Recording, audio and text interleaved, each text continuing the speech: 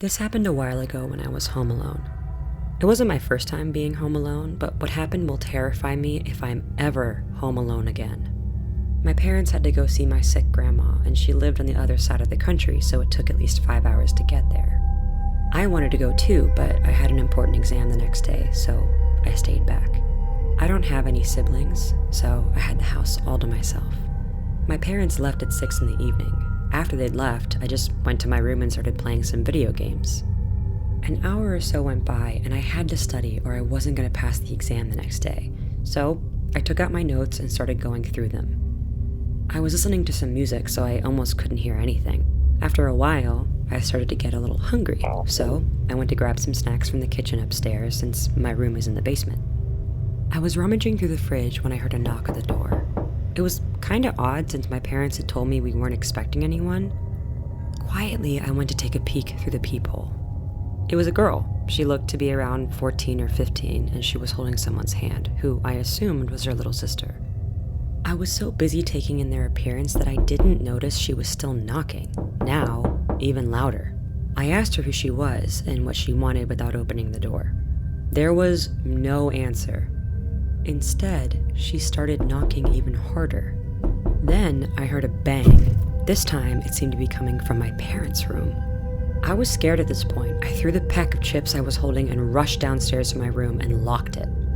I started hearing someone's footsteps coming towards the basement. I hid under my bed, waiting for what was about to happen next.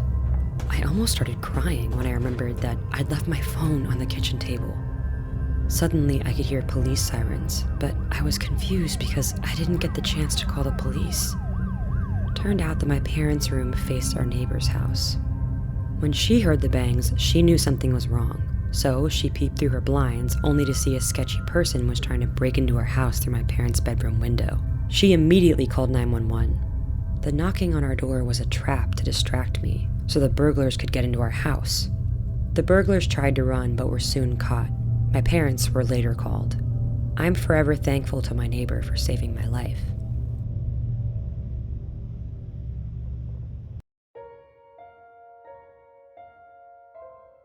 Hi, I'm a 16-year-old girl from Finland. I have one creepy experience that I want to share.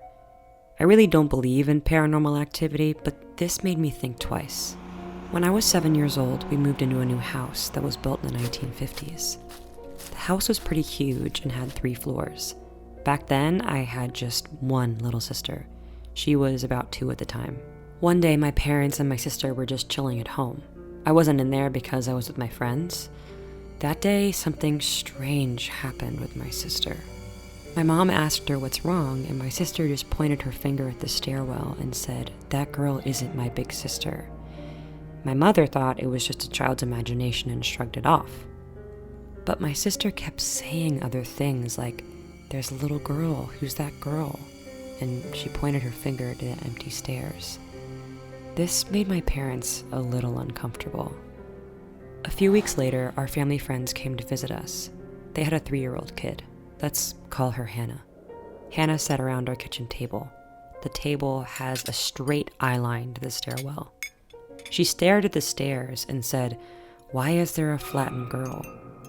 My parents and Hannah's parents saw no one there.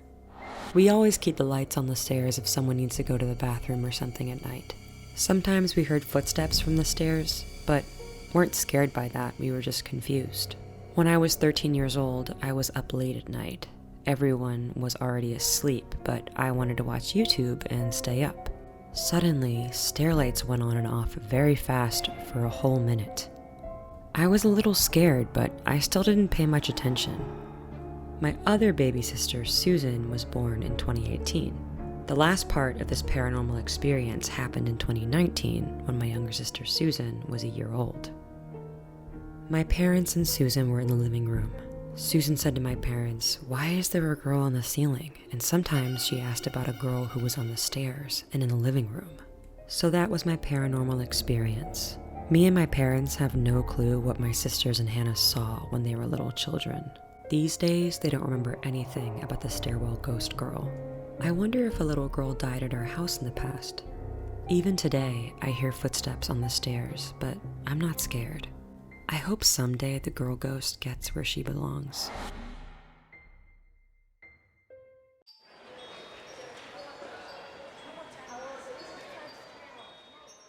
My name is Nathan Mendez. I am from Houston, Texas, and this is a very sad story that I am about to share. As a little kid, when I first heard the song What I've Done by Linkin Park, it was in the end credits of Transformers 1 from 2007. Thanks to Transformers, I became a Linkin Park fan even though Chester Bennington died. Or so I thought. Fast forward to 2022. On April 10th, I went to the Houston Galleria Mall.